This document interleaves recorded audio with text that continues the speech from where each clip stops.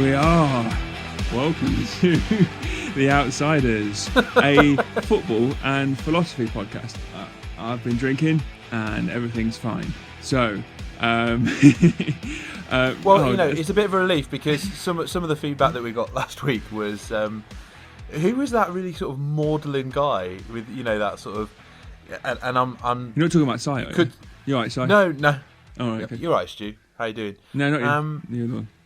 The other one. Hello, mate. You're right. Good. I'm glad you're listening. Yeah. So listen, we're a philosophy and football podcast. One thing I wanted to ask you, Si, was this: what is your track record with philosophy? How did you get into philosophy? Mainly it was through my university degree, and I studied English literature, and as part of that, we were interacting with different views of the world, and sort of one of my main areas of studies was meta-narratives, and this whole idea of the stories that sort of guide and try to describe human existence, and that sort of led me into that, and then actually recording our podcast, sort of looking to combine football and philosophy together, made me realise how I've literally been orbiting the very edges of the smallest amount of knowledge of philosophy, to the point where when we actually talk to actual philosophers and professors of philosophy, and indeed even those who aren't even professors of philosophy but have studied it to some degree, they've done it to you as well, where we've asked a question and immediately it's felt like they've sat a 4-year-old down and had to explain to them why that question isn't right. Earthquakes aren't caused when fat people sit down, and it's that sort of level that I feel like they've got to talk to us, or talk down to us. If it's heavier in England than Australia, how does the world not spin a bit faster? Stuff like that. If there are lots of people, why doesn't the Earth fall into itself? Because there's a lot more people. So you come in from a bit of a strange angle then. Would you say that you find philosophy inscrutable? Yeah, I think one of the things that I've come to the conclusion of, particularly with our conversations with people who know a lot more about us, is that the more you know, the more you realise you don't know. And actually, you're very close to sounding like you've got a little bit of wisdom there, and I'm very aware of who you are. So. Listen, we're big fans of the Dunning-Kruger effect, aren't we? Yes. That those that know a tiny little bit of something feel like they're experts, but the more that's me. Get to Trumpian, you could say. But the more you then get to know about that subject and that topic, the more you realise that actually you're at sea without a paddle. Yeah, absolutely. But that's actually genuinely where I'm at, and it's one of those, and one of the philosophers that we speak to today. I full on embarrassed myself. That was a lovely segue. Segued beautifully. Good. Go on, carry on. Yeah. Well, I embarrassed myself in front of him because my opening questions, like I put together some really gnarly questions, and he spent a good 10 minutes telling me why he wasn't interested in that style of philosophy. Just before I was lost. Just before we carry on, do you want to tell us who we are rather exclusively talking to today? Yeah, fantastic. Sort of bit of a coup. We've managed to speak to a rarity, really, a philosopher, philosophy graduate, somebody who's taught philosophy at university, who also works with a number of professional football teams, generally in Europe, in and around sort of the Holland area as well, but works with a lot of top professional clubs, and sort of combines his areas of philosophy with his work in football. He's called Joost van der Leij, and he'll introduce himself a little bit further on later in the episode. But he's fascinating because he's effectively put together almost like a statistical model that he thinks will work for any club really, in terms of how a club is run, whether it's big or small. In fact, he really didn't like it when I asked him about whether there are big clubs and small clubs. Again, it was one of those moments where, a bit like you, when you get a little bit awestruck when we're talking to the philosophers, and you sort of ask them, if you could marry any pop star in the world, who would it be? And then you're disappointed when they say Taylor Swift. Yeah, when you really want to say, Avril Lavigne.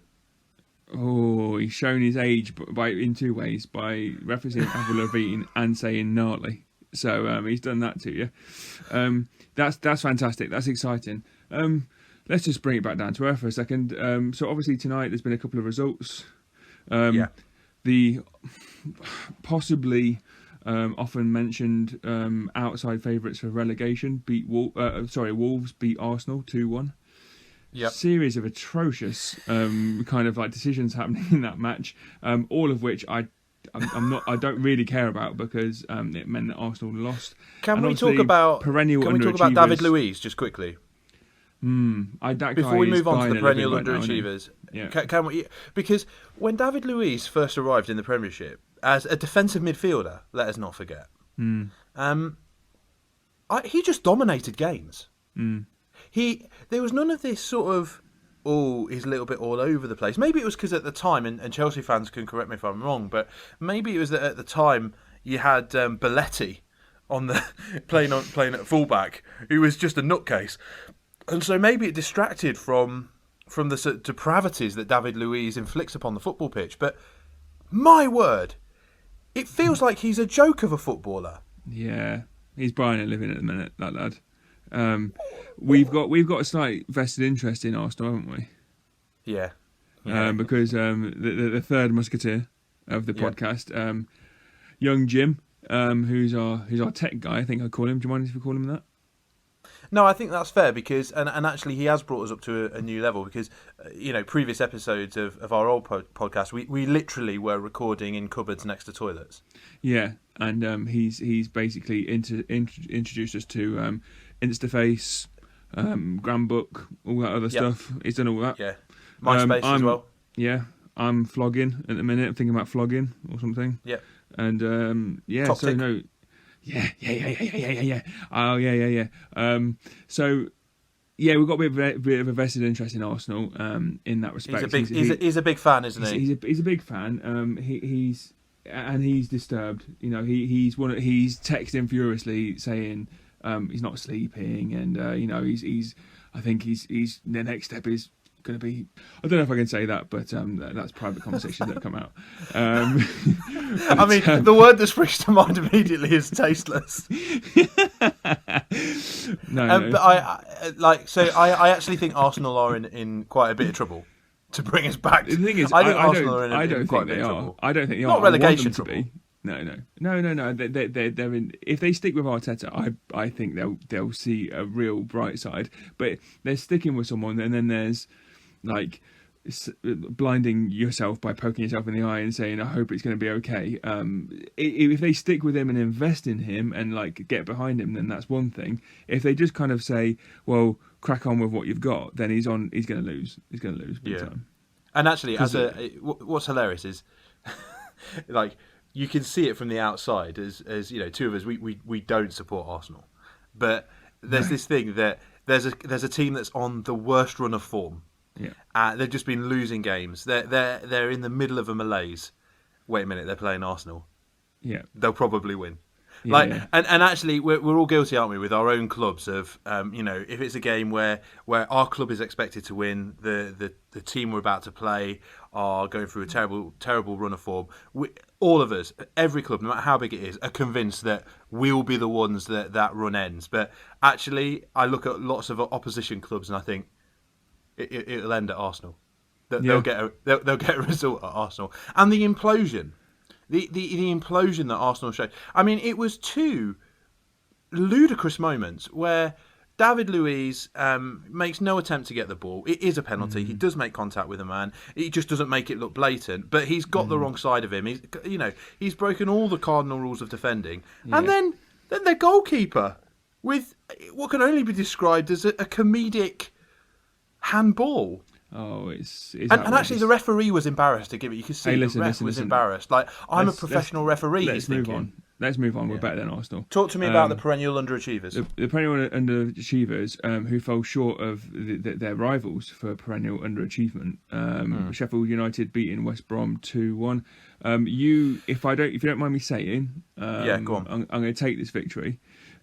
You actually thought for a nanosecond that Big Sam might be the answer for West Brom. Listen, look, No, you said it. Did you say it? I've got a couple of things that I want to say first of all before I admit anything to you. When someone starts a sentence off by saying, "Do you mind if I say this?"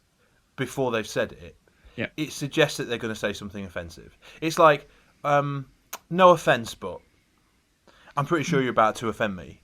You see what I mean? It's like, I know something bad's going to happen. It's along the lines for me is like, I like you despite what everybody else says. Yeah. But anyway, I just want to just throw that out there. Second of all, just opening my special brew there. Oh, I heard every little you dribble talk. Oh yeah. Second of all, look, you did say that. The miracles that Sam Allardyce did with that Bolton Wanderers side. Is there a player that plays for Bolton Wanderers? Let me tell you, there were a number of players, and I'll build up to them. They had a spine of a team. They had Jussi Askelainen, the Finnish frog in goal. Ivan Campo, the enforcer, bringing that little bit of sort of Gattuso style frantic sort of nonsense in the middle. But then, of course, just goal after goal after goal coming in their 1-0 victories or their 2-1 victories. Kevin Davis. You forgot about what people call me the thinking man's JJ Okocha. Yeah. No. It's the people who've suffered brain injuries man's JJ Okocha. Yeah. The homeless man's JJ Okocha. Tasteless again.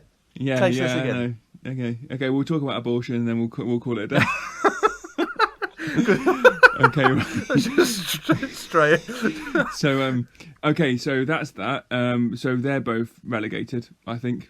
I don't want to be too dismissive, but that feels like a thing. Well, if you're a West Brom fan, even if you're a Fulham fan as well, if you're a Sheffield United fan, surely you can see that there's daylight beginning to be shown between the bottom three and everybody else. Yeah.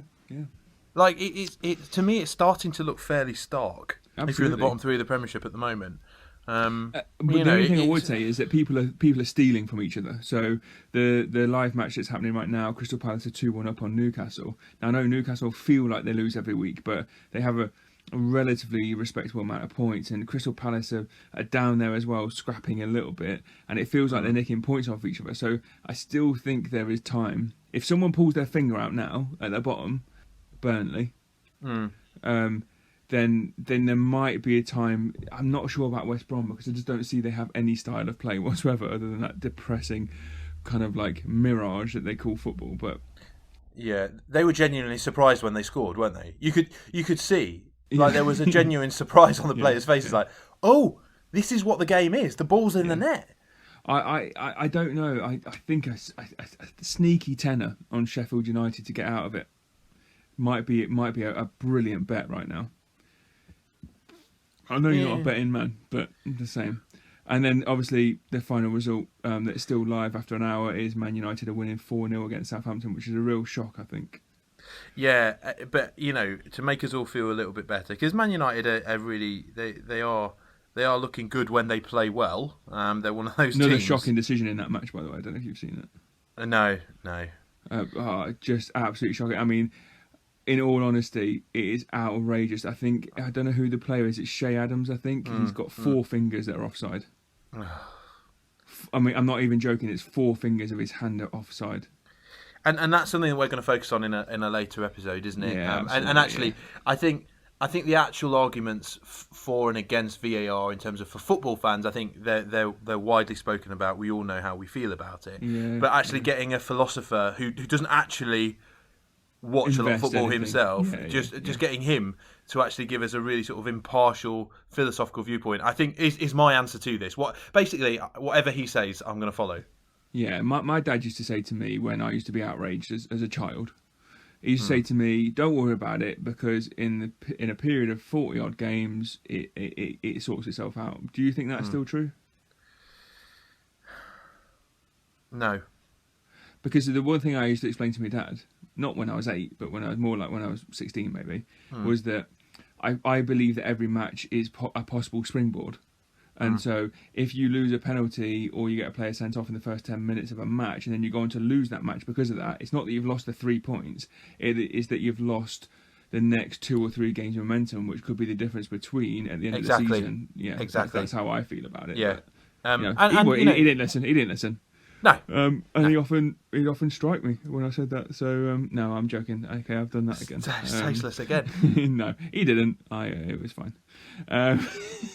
So Man U winning 4-0, 2-1 to Sheffield United, who are climbing their way points wise at least a little bit up the table. Well, towards Newcastle are in dire straits. Now, actually, that's something to throw into the mix. Yeah. Because where do Newcastle go at the moment? They look bereft of confidence. Yeah. They look bereft of ideas. It comes to something, right? Let me tell you something. It comes to something. Like I think that if Newcastle do okay and they kind of get their way out of this, it'll be because of Callum Wilson. That's the first thing. But it comes to something where you wait to get to the 60th minute of a match and you go, "Oh, bring on St. Maximin," and then everything will be okay. And he just hasn't worked. Yeah, no. He's a great player, but I mean, Christ, how can one player carry the other 10? Yeah.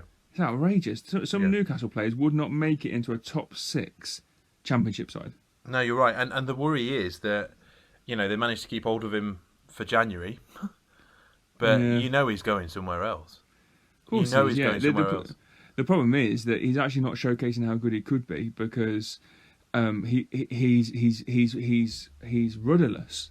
He comes on, he gets the ball, and Newcastle players stand and watch and try and get into a position where he might find them or whatever, and he's just running all over the pitch. There's no order to what he's doing at all. It's not like he's in the kitchen. It's not like he's kind of in the window to be sold, and Chelsea might go, "Oh, he can do a really good job for us on the left wing or whatever." It's just not, because it's too big of a gamble.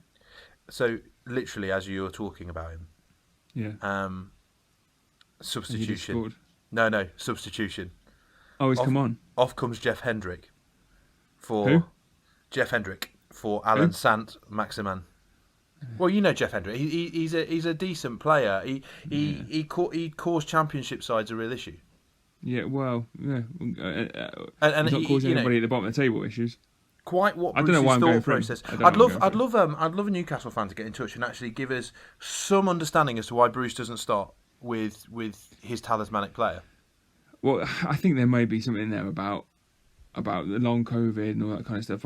I'd rather have him for the first 45 than the last 45. It always seems like an escape route as opposed to building something and trying to protect it.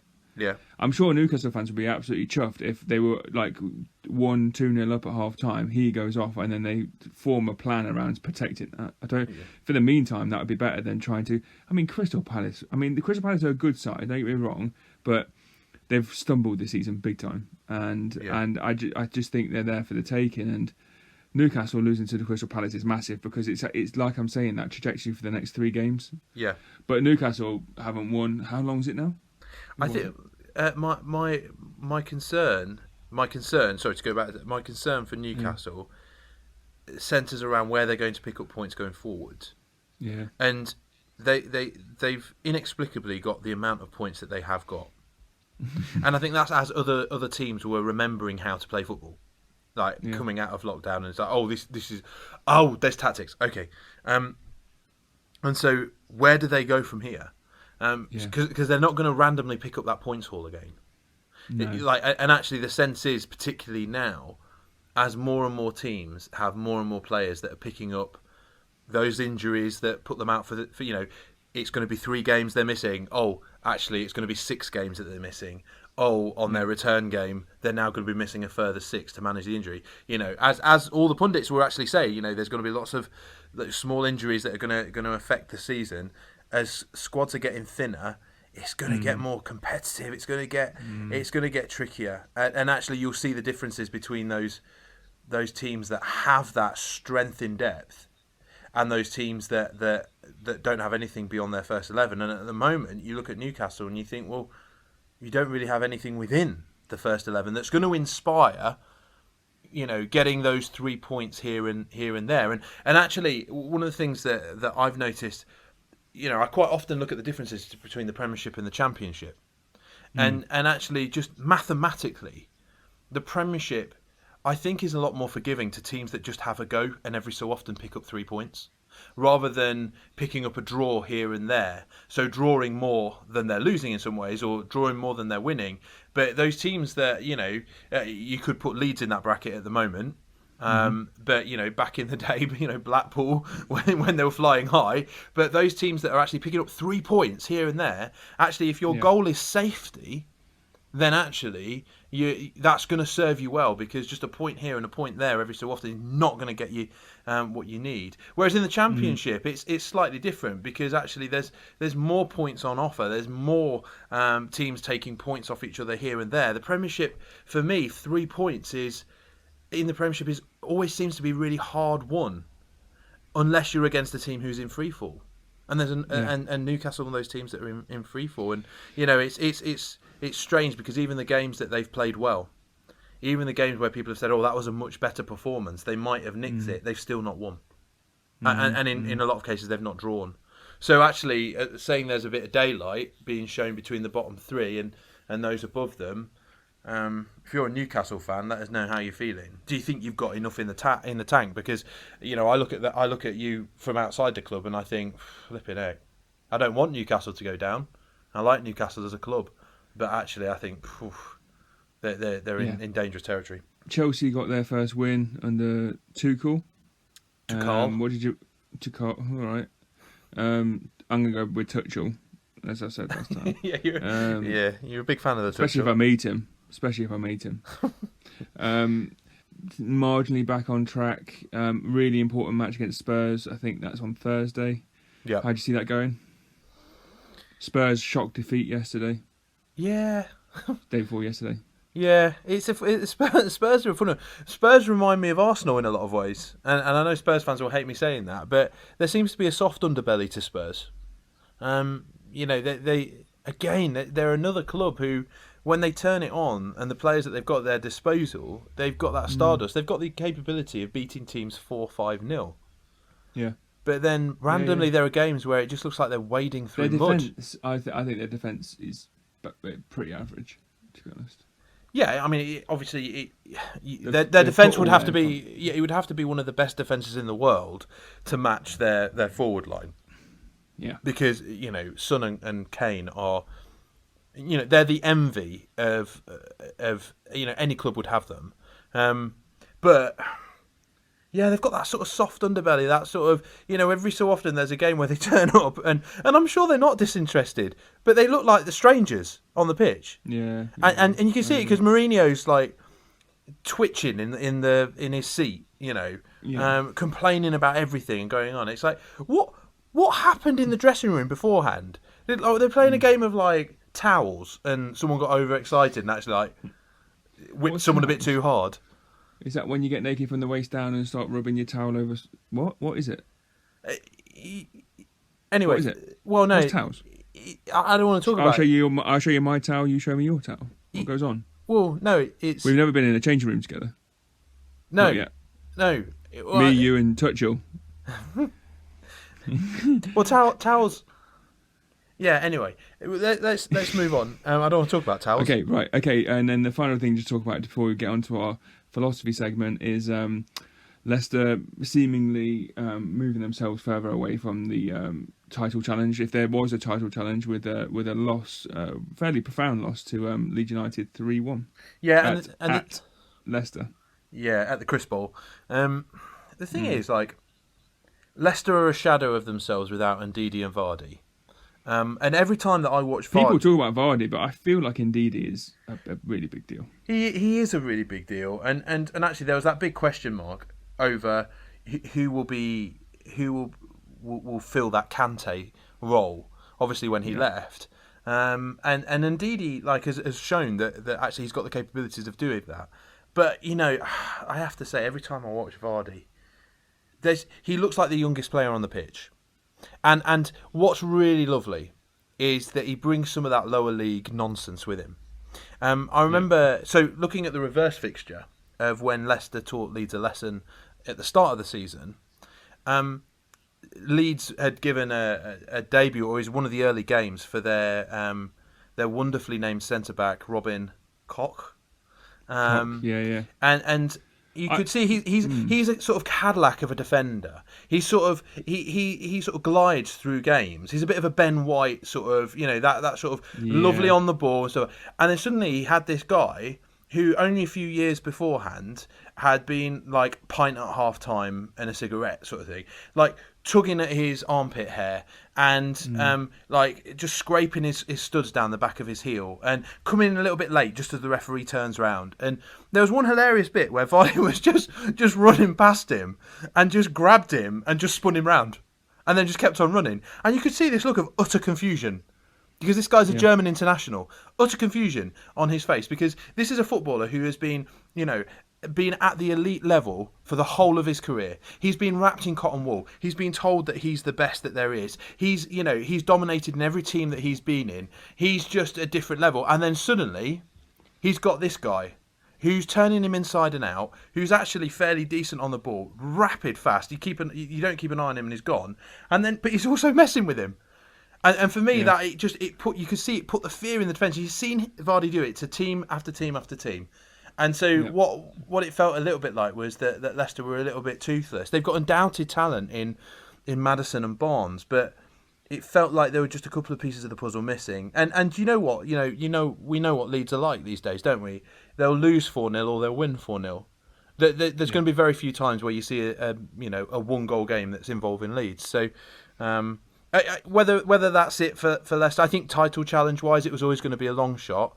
The next match for them, I think, is massive. It's huge. It's absolutely huge. And if they win that, they're back on track. Get back on track. Obviously, there's no Vardy still. Yeah. And then Ndidi will be out again. So Leicester might find themselves in the really unpleasant situation of where they're looking at the team below them as opposed to the team above them, which is never nice. No, absolutely not. Well, unless you're in last place. Yeah. Well said. Good analysis. Okay, right. So we're going to move on to our. I'll let you introduce it, and then the music will come in. Well, it's our philosophy. Have you started doing it? Oh yeah. Yeah. Sorry, go on. So was that too chirpy? Do you want me to? You want me to do my hospital radio voice? You're a bit mouthy. No. Ladies and gentlemen. Do you know what? Those in isolation. Oh. Yeah, I've lost myself. Welcome to the erection section. No. Hey, listen. Let's just bring it back a minute. Let's make this human. Yeah, we're not robots. How are you getting on in this second lockdown? Because I have to tell you, I see you every day, and you look awful. See, you said this. We were in. I think you're looking. Do you mind if I just interrupt? I think you're looking. Well, you're looking unkempt. That's the first thing. Yeah. You're patchily hairy, if you don't mind me describing it like that. You because you cut your hair so often at Turkish barbers. Even a couple of weeks without it. Yeah.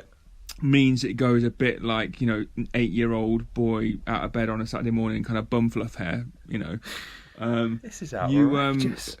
You've put a couple of pounds on, if you don't mind me saying. Outrageous. In fact, well, but you should stop looking down into webcams. You should start looking up into them. That's all I'm going to say. I'm not going to say any more than that. Well, you say that's all you're going to say. How are you getting on? How are you getting on? How's your mental health?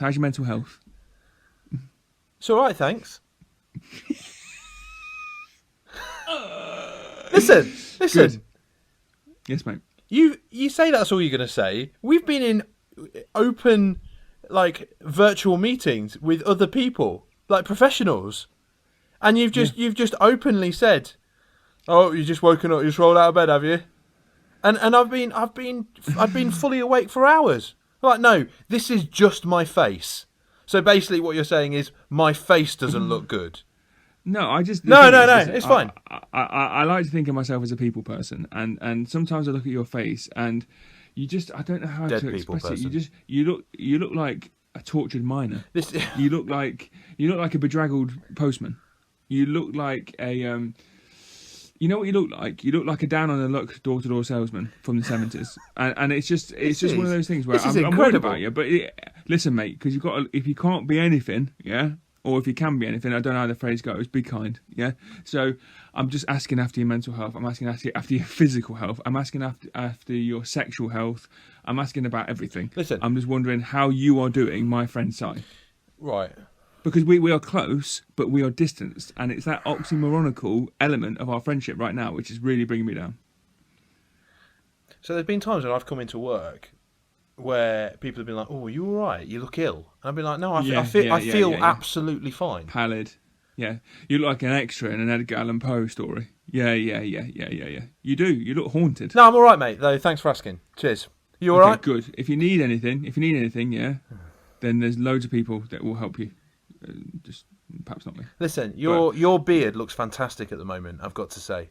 And it's not a cliche, and you know, it's not like everyone's growing a beard at the moment. It's not like everyone's, you know, trying to. I'm taking the mick out of anything. I look like I'm lost at sea. That's what I look like.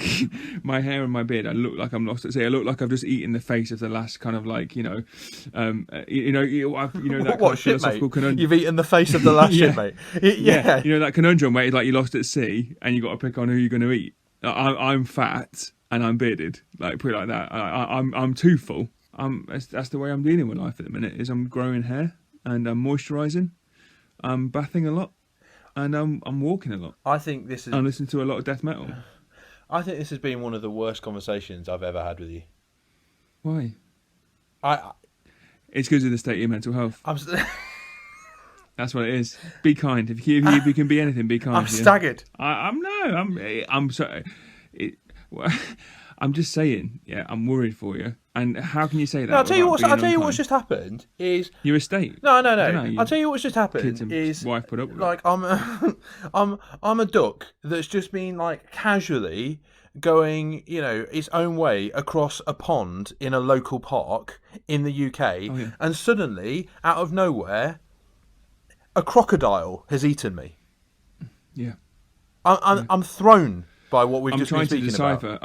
I'm trying to read between the lines of what you're saying, like a therapist. And I think what you're saying is you're lonely. You like the intellect, and you've got poor mental health. You like the intellect, But listen, all I'm saying is this: look, when you are on video calls, try. You're going to get the other side in, aren't you? For that, you know, your mate, your other mate from Twitter.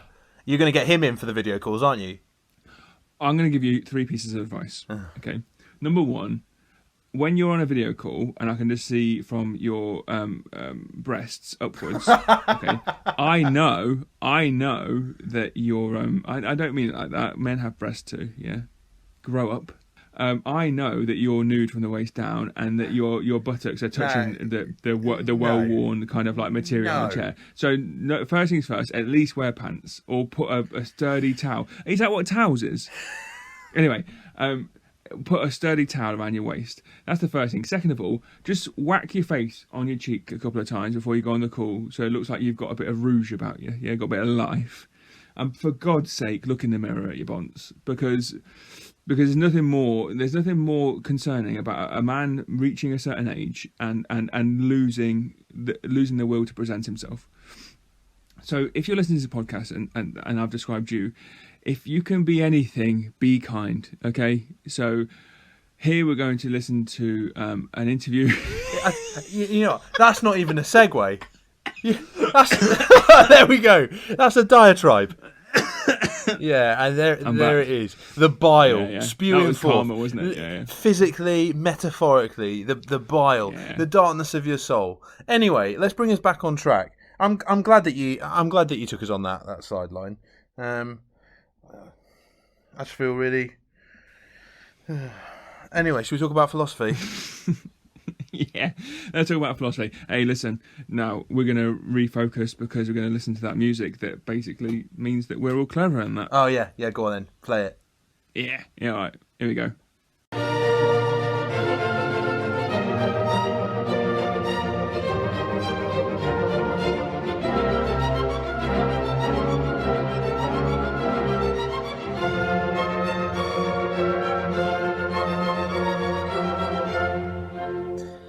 So, me, Vaughan, Torquil, and Quentin and the boys we played a fantastic game of Towels with the Housemaster. I am literally gushing from the gams at the very sound of that.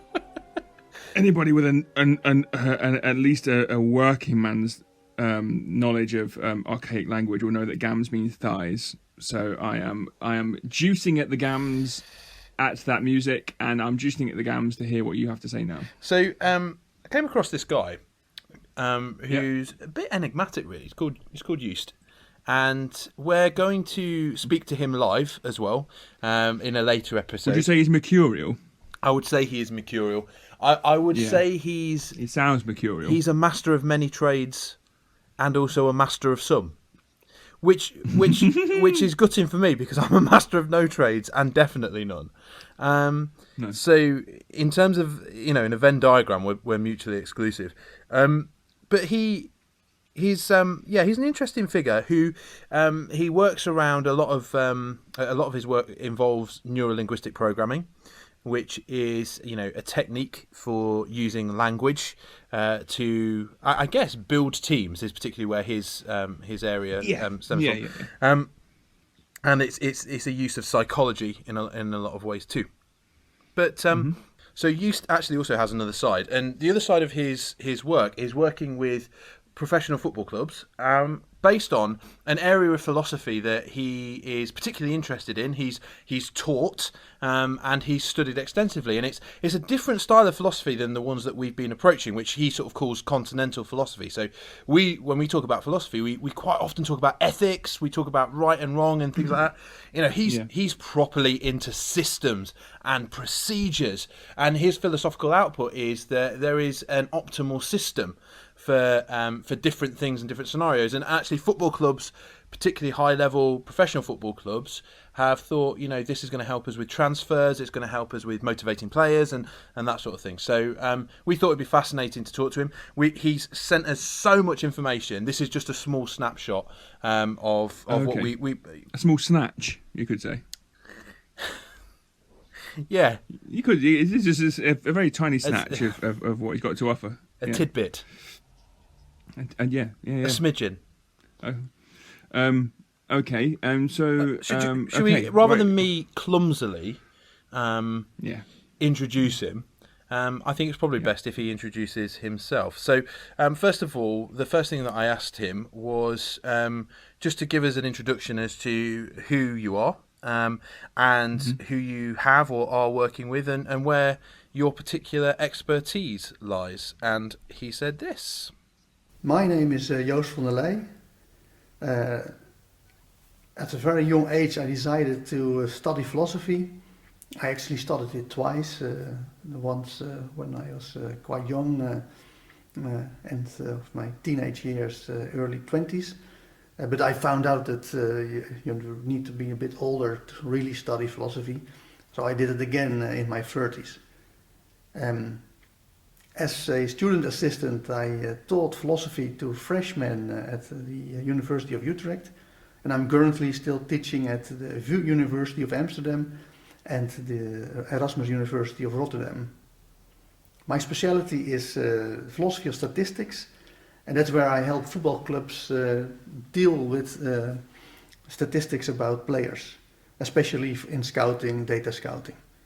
I think there are a lot of misconceptions. Many football clubs are fooled by randomness, and they're still using the wrong kind of statistics, the wrong ideas of what they can get out of it.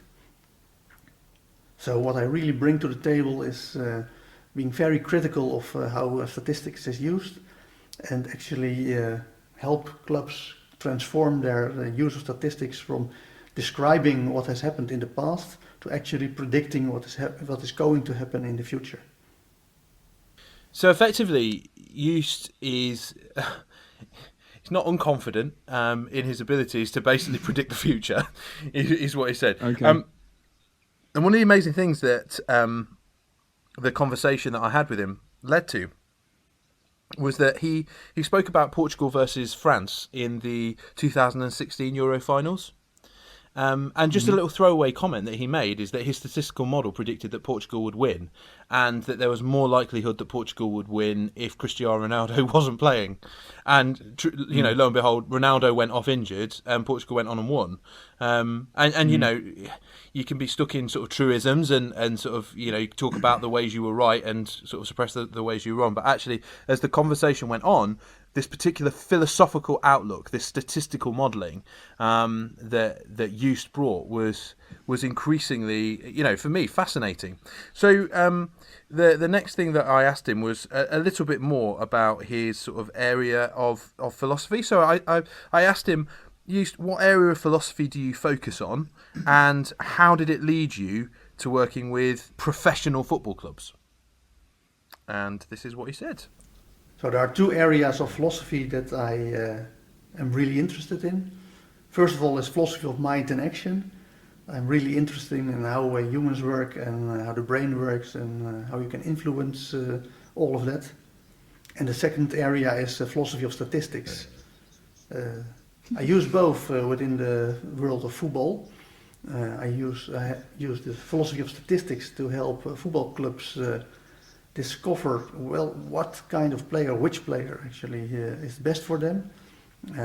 That we use a very specific kind of philosophy. It's called subjective Bayesian statistics. It's been thought up by a Italian professor in philosophy, Bruno De Finetti. He's a brilliant guy. He's probably the best philosopher, should have been the most famous philosopher of the 20th century, but almost nobody knows him. But Bayesian statistics is taking over the world. All artificial intelligence is running by it. We discovered that the brain is using a system of predicting what is going to happen that is pretty much in line with Bayesian statistics. So that's a very important area. But also the philosophy of mind and action is how I help football clubs, because the better they understand how the brain works, the better they can discover what players they like, what fit the best into the team, and how to help them develop from talent to superstars. So I'm very happy to also work with player agents, and I actually do interviews with the players to discover how their brain works. So those are the two areas that are most to my heart: philosophy of mind and action, and philosophy of statistics. On a scale of 1 to 10, how worried are you about when you actually have to have a conversation with Joost? I'm pretty worried. Because he'll discover quite quickly that your brain... do you think deviant is too strong a word? Marginally faster than yours. Huh? Is deviant too strong a word? I'm worried. Danger to society. I think what I'm going to do is I'm going to approach him in the same way that I would approach a would-be lover, and I'll offer a furtive compliments. Every now and then, neg him, because I think that's what a keen intellect likes, much like a beautiful face. Yep. And then I will, just before he finds out who I am, I'll very quickly make my escape. Okay, that's a great shout. And like you often do, leaving me behind. Yeah. When we were swimming off the coast of Halkidiki and that shark inexplicably appeared, I remember you actually physically wrestling the life jacket from me. Well, I didn't realise. I thought that sharks picked up blood from 2 miles away, not diarrhea. And so when I was struck down and left a trail behind me, I just got out there. So for lots of reasons. So for that reason, I'm really looking forward to our live Zoom conversation. I hope it doesn't end in the same way. But there's a very good chance it might. I might do my hair like him. You know that thing where people say mirroring. Yeah, exactly. Like especially if he's so mercurial and kind of like fastidious in his details. He even if he's like completely kind of like left bereft from the shite rolling out of my mouth, he might look at me and think, well, you know, at least he's got a half decent face and haircut. So there are some clubs that I think could really benefit from Joost's approach. You know, he talks about these two areas of turning good players into superstars, but also that statistical approach of improving clubs and their systems and their procedures. It's interesting how he thinks that the two worlds of what he refers to as continental philosophy, which he doesn't really care for, does he? No, not at all. And actually, he shut down the conversation every time I started talking about anything around ethics, morals, and not that he doesn't like those things. He just says, "I'm not interested in them. They don't but help me understand." The thing is, it's interesting. It's interesting for me because I find the world of statistics like really, really like distance from me. I find it really complex, and it almost feels like a different discipline altogether from philosophy. Yeah. Yeah. And so I felt that actually it was probably, you know, quite important to dig a little bit deeper.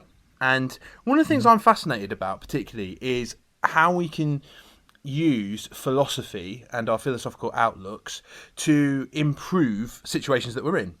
And if we're in a football scenario, are the people who are in, you know, the decision-making places in football teams, are they guided by a certain philosophical outlook, and how do they approach strengthening their squads? So one of the questions that I asked him was this: that could you explain a little bit more about your philosophical viewpoint and how to improve the strength of squads?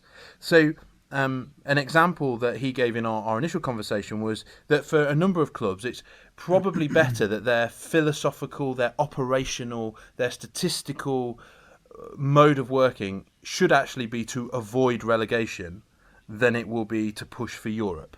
So in certain circumstances, they'll do better if they have a model that says everything we're going to do is going to be to avoid relegation rather than pushing for the higher echelons.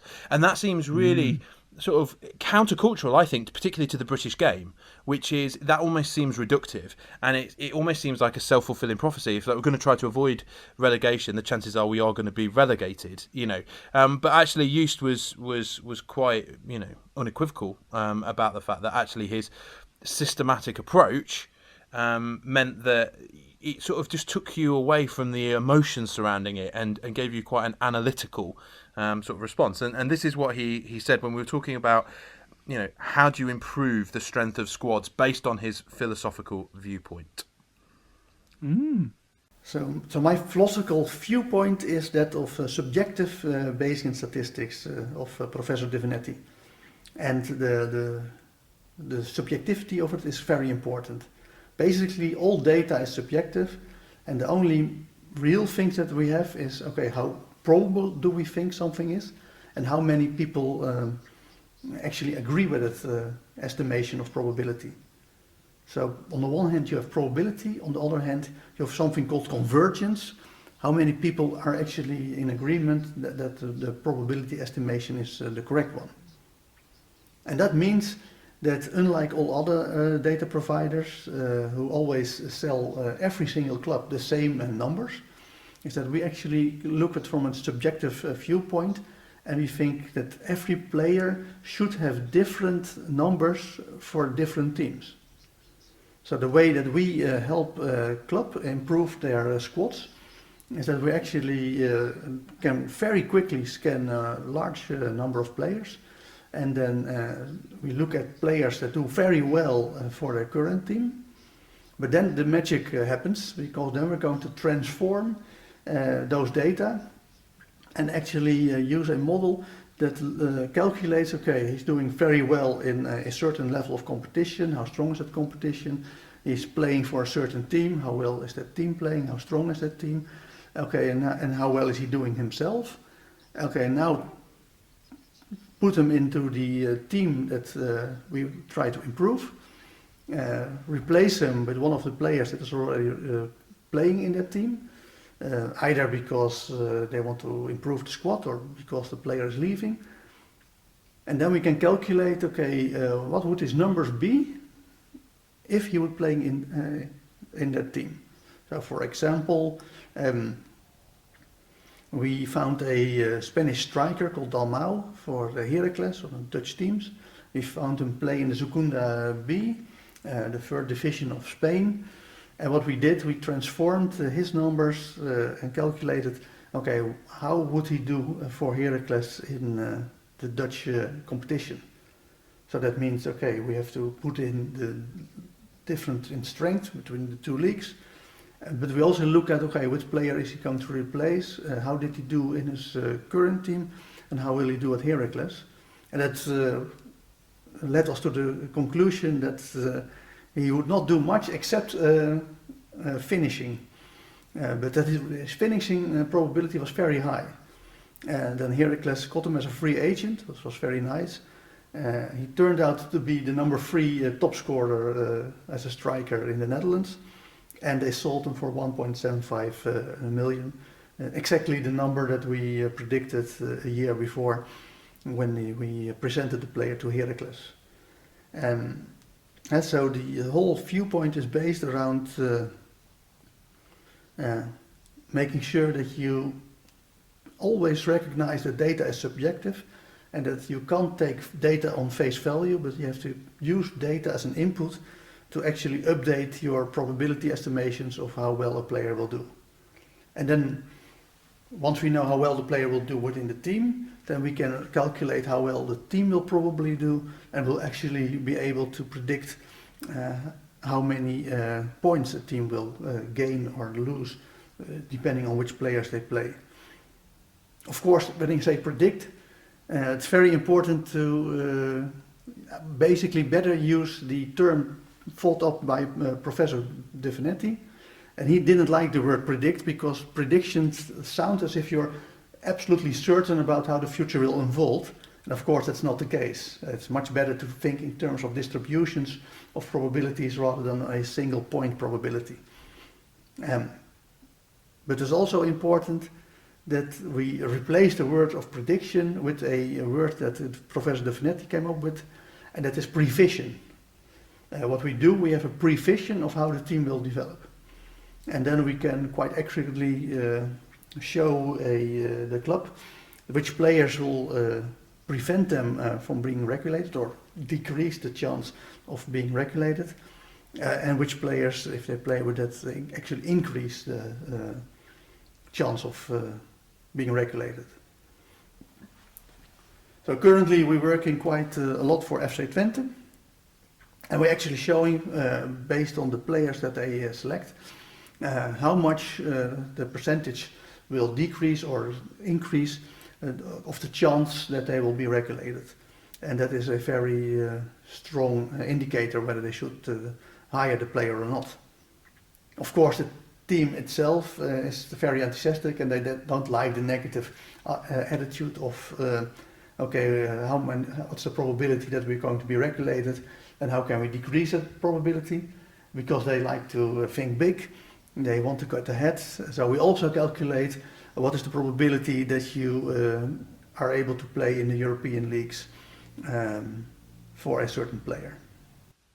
Joost actually went on and sort of spoke quite disparagingly about boards that would then go on and sort of say, well, let's push for that European place. Actually, the best use of your money, using this sort of prevision, using this sort of analytical philosophical outlook, is to actually get players in that will help you avoid relegation. This is very different in terms of the conversations that we've had with other sort of philosophical sort of thinkers. It's different worlds, isn't it? It's different worlds. Because for me, I'm really comfortable with the whole kind of if, buts, maybes, kind of like trying to quantify what truth is and the rest of it. But this is right outside of that. Yeah, and for me, it also might go to explaining why certain clubs buy certain players, or that certain managers persist with certain players.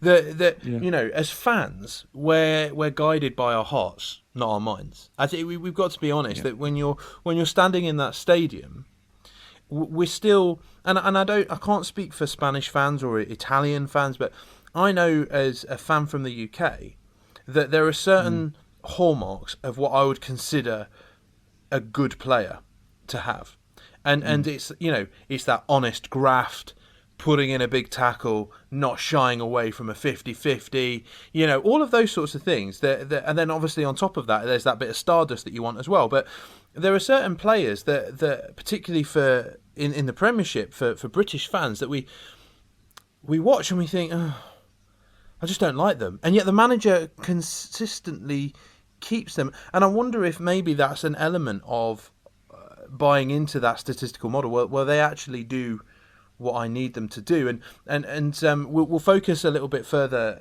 in different conversations with Joost about the film Moneyball, because he could identify quite a bit with the film Moneyball, and he didn't say it was exactly the same, but he said actually that model of I've got this player to do this job, and I don't need them to do it. And the example he gave there of the Spanish striker coming to Heracles, that actually he was bought simply to finish. And you know, you look back at some of the great Premiership strikers, and actually in reality you look at their all-round game and you don't think necessarily that they're all-round footballers, but you think of those guys that would finish. You know, not everyone was a Matt Letizia who could, you know, take it past 4 or 5 players and then score. The Premiership has been full of strikers, for example, who have actually done very little in the game apart from popping up at the right time and scoring. And I know it's been pretty dry for him at the moment, but if you go back down the Football League, the Premiership's a different beast. If you go back down the Football League and you look at someone like Billy Sharp, for example, and actually look at what Billy Sharp brought to the clubs in the Football League in particular, and he's come to the Premiership at the sort of the twilight of his career, so I don't think the wider audiences have seen what he was capable of. But the amounts of goals that he scored were just, they were crazy. And if you looked at the map of where he scored his goals, they were almost exclusively in and around the 6-yard box. He had a job to do, and he was really good at doing it. And so the clubs that got Billy Sharp weren't getting a guy who could be running up and down the wing, who would be leading the line and drawing defenders out of the way. It was somebody who was going to be in there and would finish, you know, he'd score that one goal in that 1-0 victory, or he'd get you that draw where you absolutely needed it. And I think that's what Joost is sort of pointing towards. And it feels a little bit uncomfortable because it makes you realise that football, in a lot of ways, isn't that sort of mysterious game. Like, I don't know about you, but I still love the romanticism about it. But for him, I think he finds his romanticism in football in the statistical model. And that's something that I struggle with. Yeah, no, absolutely. Me too. It feels a bit anti-football. But then, he stated it already that the future, you know, he spoke about AI, scary stuff, about statistics and probability. So it's interesting, and I really like that sense of it's not about predictions. It's almost about like multiple projections of things that could happen and the odds of those things happening as well. That's interesting to me. Yeah. So I did still ask him a bit of a what's your favourite chocolate bar question, and thankfully he humoured me. So my next question, the penultimate question, was I have 15... Favourite brand of condom? No? What was it? You know what? On an aside, I'm quite glad that they no longer put them in those massive Perspex cages in the supermarkets. You are so repressed. Supermarkets. Right, listen. You make me sick. No. Anyway, let's go on to the next question. I will proudly stride to anyone and say to their face, serve me a prophylactic this instant. Yeah, and I need to rubber up for my future. You've done that to people on the streets, and again, that's why there are certain areas of the city that you're not allowed in by law. But I've done it in a variety of Asdas. I've done it in restaurants. I've used. They've brought cling film out. It worked. Stu, you've done it outside of places. Plastic bags. Done it outside of places of worship. What's the next question? Yeah. So, You went dark then. I did a little bit. So I asked him, look, I've got £15 million.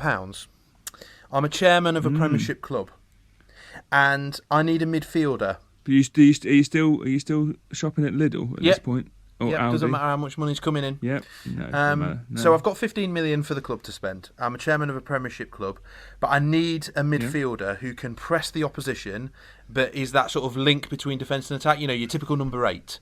So I'm thinking of I'm thinking of a Matthias Klick for Leeds, a Jordan Henderson for Liverpool. I think you could describe it as a box-to-box midfielder. I'm looking for one of them for about £15 million, and I'm a sort of mid-sized Premiership club.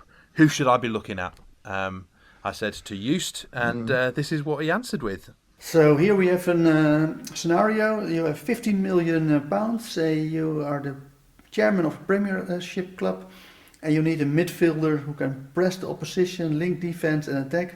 Who should you hire? Well, first of all, I don't think you should be looking at a single player. You have to first check whether the club is functioning correctly before you start hiring players. There's something called the viable system model. That is a cybernetic model that any organization that exists for longer than 3 to 5 years is actually running.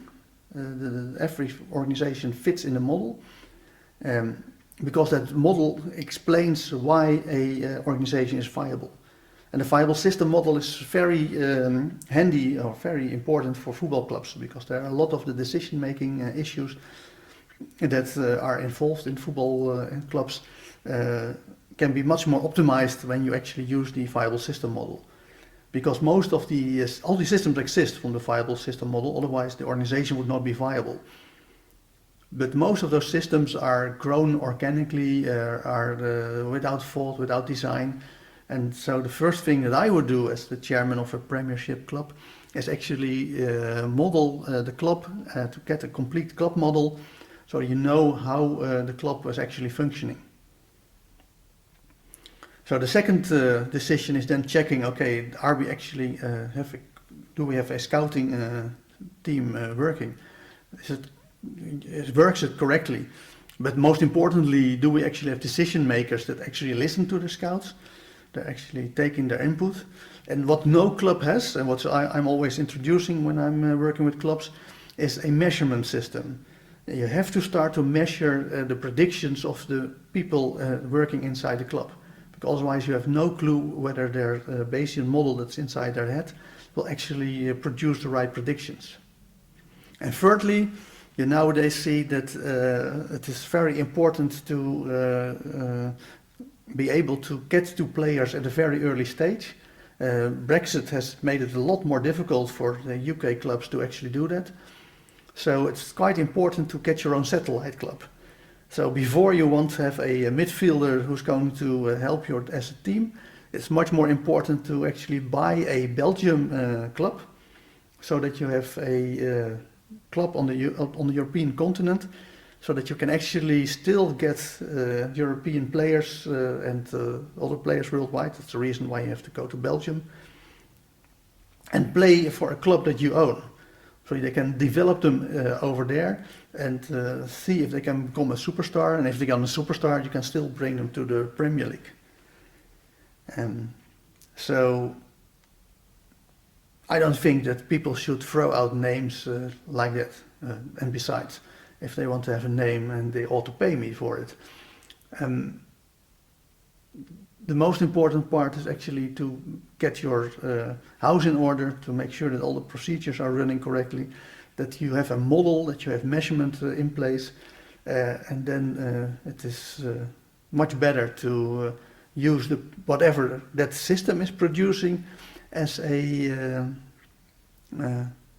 player, and then do risk analysis on it, to have multiple sources to see how many different sources actually support hiring a certain player, and then base your decision on that, rather than have a single guy call out a name and hire that player. Stupid question, wasn't it? It was, and you could hear the disdain in his voice. Joost scares me. Yeah. He's the sort of guy that we'd invite round. Joost, we're going to have a water pistol fight. We do what? We'd invite Joost round, Oh. and we'd be like, Joost, like we do outside of lockdown. We're just going to have a water pistol fight. So you can bring one of the big super soakers if you like, and he'd go away, and he'd return with a Eurofighter Typhoon. Yeah. Because if you notice his answer there, it was, Yeah. don't buy a player, buy a Belgium club. Yeah. So don't spend your £15 million on a player, buy a club, and then get your house and that club in order, and then you'll suddenly have a line coming through, and you just realise how little we know as fans. In these sorts of conversations, Joost is one of those that works. He would call himself as one of the outsiders, which is quite nice. That he quite likes the name of our podcast because of the fact that there are insiders and outsiders in football, and he considers himself one of the outsiders. But he is on the inside of the professional footballing sphere more so than any of us. And that answer that he gave there to me just tells me so much. It shows how Man City have been so impressive. And if you look, there's sort of mini clubs all around the world now, and there's that streamlining of talent that comes through. You can just see that quality and that level of thinking, that systematic thinking. While we're swilling around thinking, should it have been a goal? Is VAR right? Should players ever dive? He's gone and bought a club in Belgium. Yeah. It's a different order of thinking, isn't it? It's so long term that it's if you ask me that question, £15 million per player, I'd say a version of what he said. Go on. I'd say I'd send my scouts out to League One and the Championship, and I'd see if there was an 18-year-old that was coming through. If not, I would look towards someone that had been there and done it, but perhaps twin them up with somebody else, so that there's a kind of like an organic relationship between players. Yep. I'd try and get like a talismanic person to come in and help bring the young, but he goes back about 50,000 layers to it's mad. I've never heard anything like it, to be honest. No, and actually, I think that's why his services are so well used, and it's why they're. Do you think that kind of statistical philosophers, or not, they won't be called philosophers, but do you think people who like him will be used in the future by all clubs? I think a lot of them are to some degree already, and one of our later conversations that we'll have in a later episode, it looks at the insiders and outsiders of clubs, because he still says that there's a number of clubs that are still run, that hierarchy still run them using that sort of romanticism model, that old style boardroom, cigars and whiskey, I've got a gut feeling about this player sort of style of thing, which is completely the anti Joost model. We'll ask him one more question for tonight, it's related to what we were talking about last week, looking at the difference between big clubs and small clubs, and we got into quite a bit of a debate about big club, small club, all that sort of thing, but he was quite dismissive about that whole idea. He doesn't say it in this, but one of the things that was quite nice in my conversation with him is he was saying, I don't care if they're a big or a small club, it's just as long as they pay their bills. Fair enough, mate. But actually, one of the things that he was willing to answer was, are the definitions of big clubs and small clubs meaningless when it comes to systems and processes? And this is what he said. So many people make a distinction between big clubs and small clubs, and then you can look at the budget they have, for instance.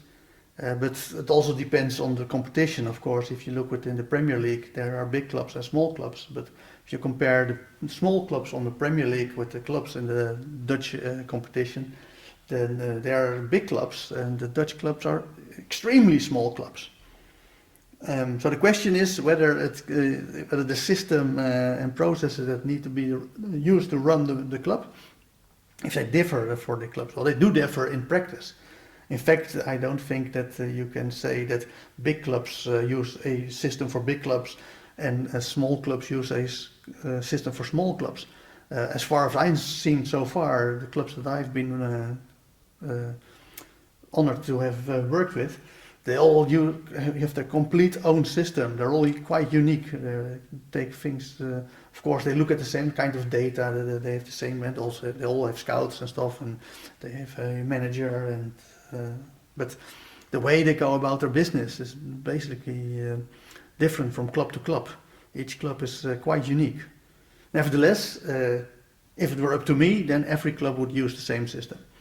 So there is the viable system model discovered by Stafford Beer, and any organization is working according to the viable system model, and it really helps clubs to become conscious of the fact they do, because the viable system model is based on feedback loops, and it makes sure that there's a balance between all the different components of the system, and that if one component is failing, then it will use the feedback loops to alert other components about that failure, so they can help to rectify the issues.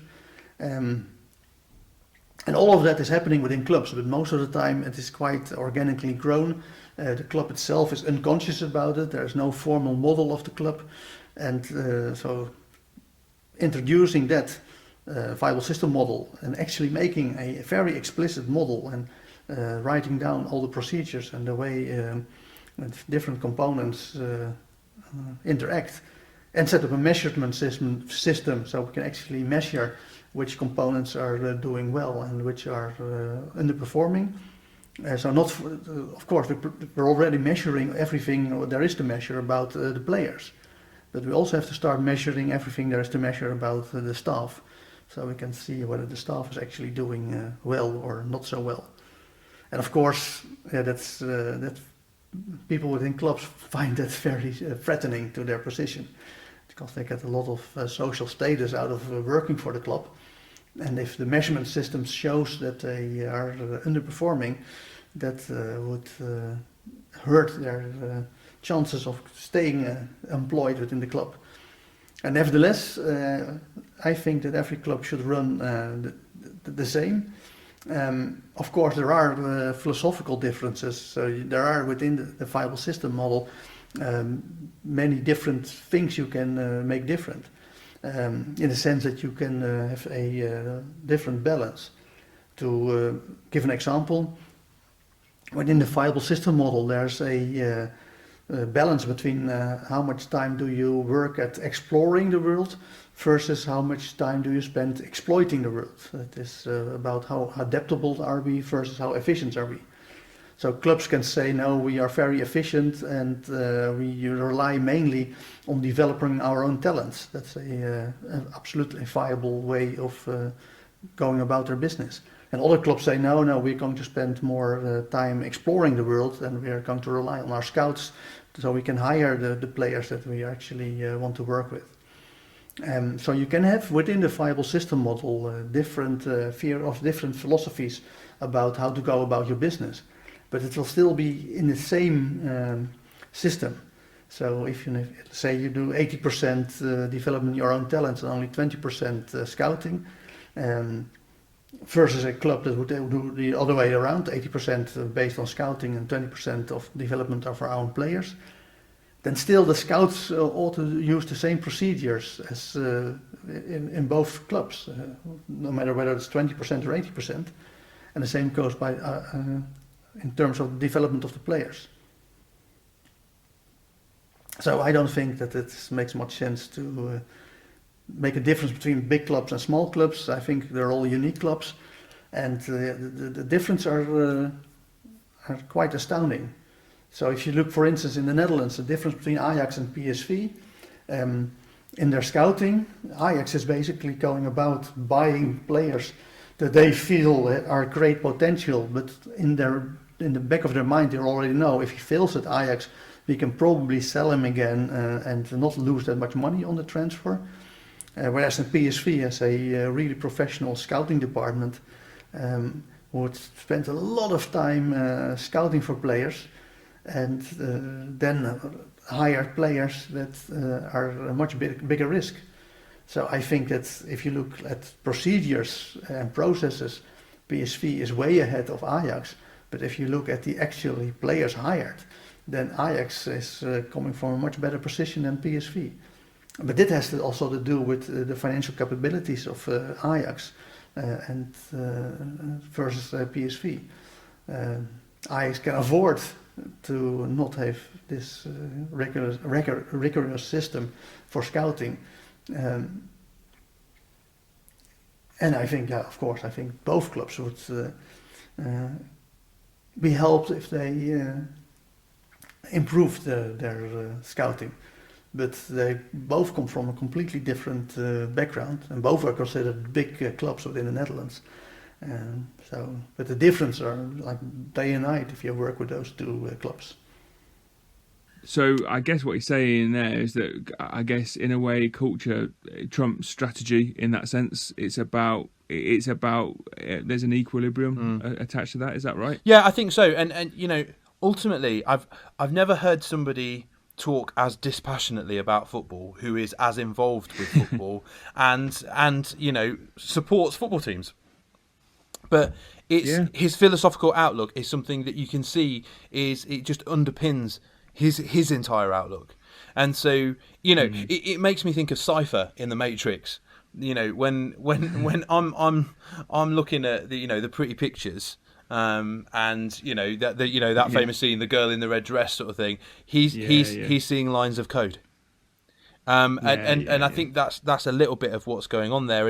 And look, I kind of want to finish on this because I was, in terms of our section with Joost, is I know that behind the scenes there's all these systems and processes going on, but I choose not to see them at times because for me, absolutely, football's romantic, it's passion, and actually the fact that his system says that on the whole this team will win more than this team.